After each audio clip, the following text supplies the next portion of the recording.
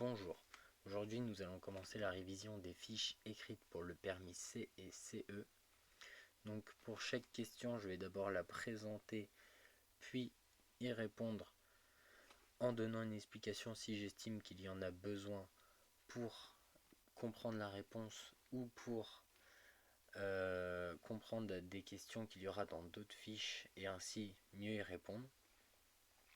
Donc le jour de l'examen, vous allez avoir 20 fiches orales.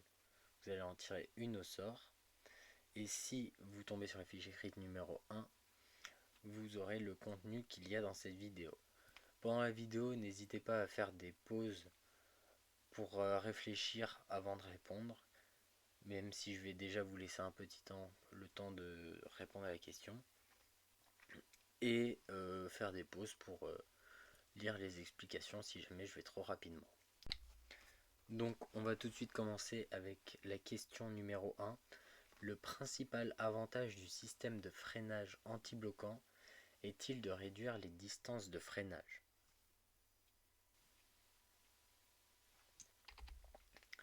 Réponse non. Explication: le système anti-bloquant des roues a pour principal avantage de préserver la direction du véhicule lors d'un freinage brusque. Question 2. Vous avez interrompu votre conduite pendant 1h15. Ce temps peut-il être pris en compte pour le calcul du temps de repos journalier? La réponse non. Explication: pour qu'une pause puisse être prise en compte dans le temps de repos journalier, elle doit être égale ou supérieure à 3 heures. Question 3. Un conducteur effectuant un transport de matière dangereuse dans un véhicule fourgon doit-il obligatoirement avoir suivi une formation particulière? Réponse oui. Tout chauffeur transportant de la matière dangereuse doit avoir l'ADR. Question 4. Votre véhicule isolé a un PTAC de 16 tonnes. Sur la route prioritaire à double sens, quelle est la vitesse maximale autorisée? 80 km/h. Question 5. Quelle est la charge utile d'un véhicule dont le PTAC est de 19 tonnes et le poids à vide de 7 tonnes?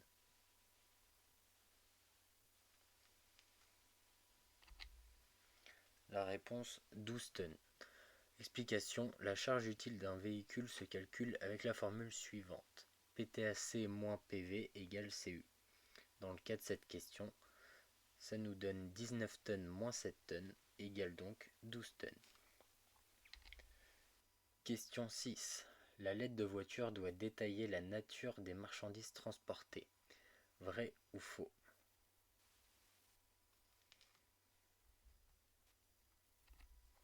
La réponse vrai.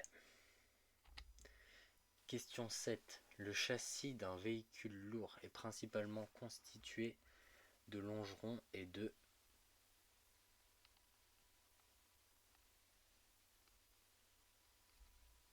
traverses. Question 8. Si dans la même journée vous conduisez un véhicule avec un chronotachygraphe à disque, après avoir conduit un véhicule à chronotachygraphe numérique, devez-vous utiliser un disque vierge?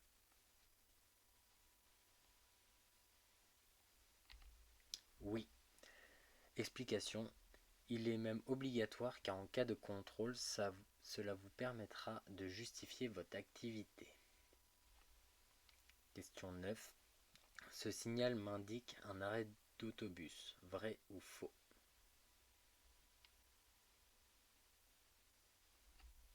Faux. Explication: ce panneau désigne une voie réservée aux bus.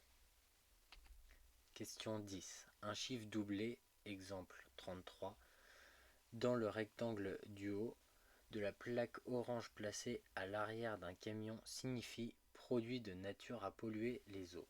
Vrai ou faux?